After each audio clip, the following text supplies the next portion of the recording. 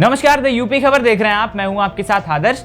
उत्तर प्रदेश में विधानसभा चुनावों की तारीखों का ऐलान चुनाव आयोग जल्द ही करने वाला है। चुनाव की तारीखों की घोषणा के साथ ही अब राज्य में आचार संहिता लागू हो जाएगी और यह आचार संहिता चुनाव समाप्त होने तक लागू रहेगी।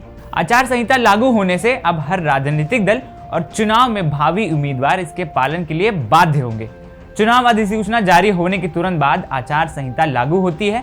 चुनाव होने हैं, यह सभी उम्मीदवार, राजनीतिक दलों और संबंधित राज्य सरकारों, साथ ही संबंधित राज्य के लिए केंद्र सरकार पर लागू होता है। आज हम आपको बताएंगे कि आखिर आचार संहिता होती क्या है और इसे लागू कैसे किया जाता है। तो चलिए शुरू करते हैं। चुनाव आचार संहिता चुनाव आयोग ने देश में आचार संहिता स्वतंत्र और निष्पक्ष चुनाव कराने के लिए बनाए गए नियम कानून है। आचार संहिता को राजनीतिक दलों और चुनाव लड़ने वाले उम्मीदवारों के लिए आचरण और व्यवहार का एक पैमाना माना जाता है। आचार संहिता किसी कानून के तहत नहीं बनी है, यह सभी राजनीतिक दलों की सहमति से बनी है और विकसित हुई। आचार संहिता चुनाव की तारीखों के ऐलान के तुरंत बाद लागू हो जाती है। किसी प्रदेश या देश में जैसे ही आचार संहिता लागू होती है, शासन और प्रशासन में कई महत्वपूर्ण बदलाव होते हैं। आचार संहिता के दौरान राज्य और केंद्र सरकार के कर्मचारी चुनाव आयोग के कर्मचारियों की तरह काम करते हैं, न कि सरकारी कर्मचारी, और तब तक चलता है जब तक चुनावी प्रक्रिया पूरी नहीं हो जाती। आचार संहिता लागू होने के बाद किसी विशेष पार्टी को लाभ पहुंचाने वाली घटना के लिए सार्वजनिक धन का उपयोग नहीं किया जा सकता है। एक बार आचार संहिता लागू होने के बाद सभी प्रकार की सरकारी घोषणाएं, सार्वजनिक लोकार्पण, शिलान्यास या भूमि पूजन कार्यक्रम नहीं किए जा सकते हैं। आचार संहिता लागू होने के दौरान किसी भी चुनावी रैली में धर्म या जाति के नाम पर वोट ना ही मांगे जाएंगे, ना ही दिए जाएंगे। किसी भी तरह अनर्गल या अमर्यादित बयान उस पार्टी के उम्मीदवार की मुश्किलें और बढ़ा सकता है। मतदान के दिन या उससे पहले मतदान केंद्रों के पास राजनीतिक दलों के शिविरों पर पार्टी के झंडे और बैनर नहीं लगाए जा सकते हैं।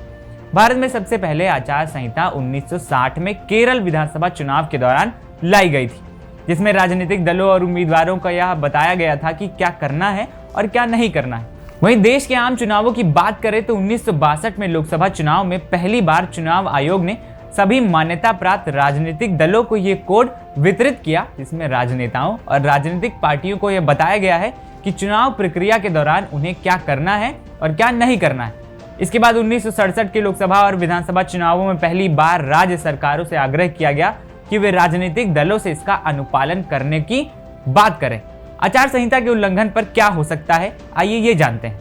आचार संहिता के उल्लंघन पर चुनाव आयोग किसी भी उम्मीदवार या कोई राजनीतिक दल पर आचार संहिता के नियमानुसार कार्रवाई कर सकता है। ऐसी स्थिति में उम्मीदवार को चुनाव लड़ने से रोका तक जा सकता है। यदि आवश्यकता हो तो आपराधिक मुकदमा दायर किया जा सकता है। आचार संहिता का उल्लंघन करने पर जेल जाने के भी प्रावधान।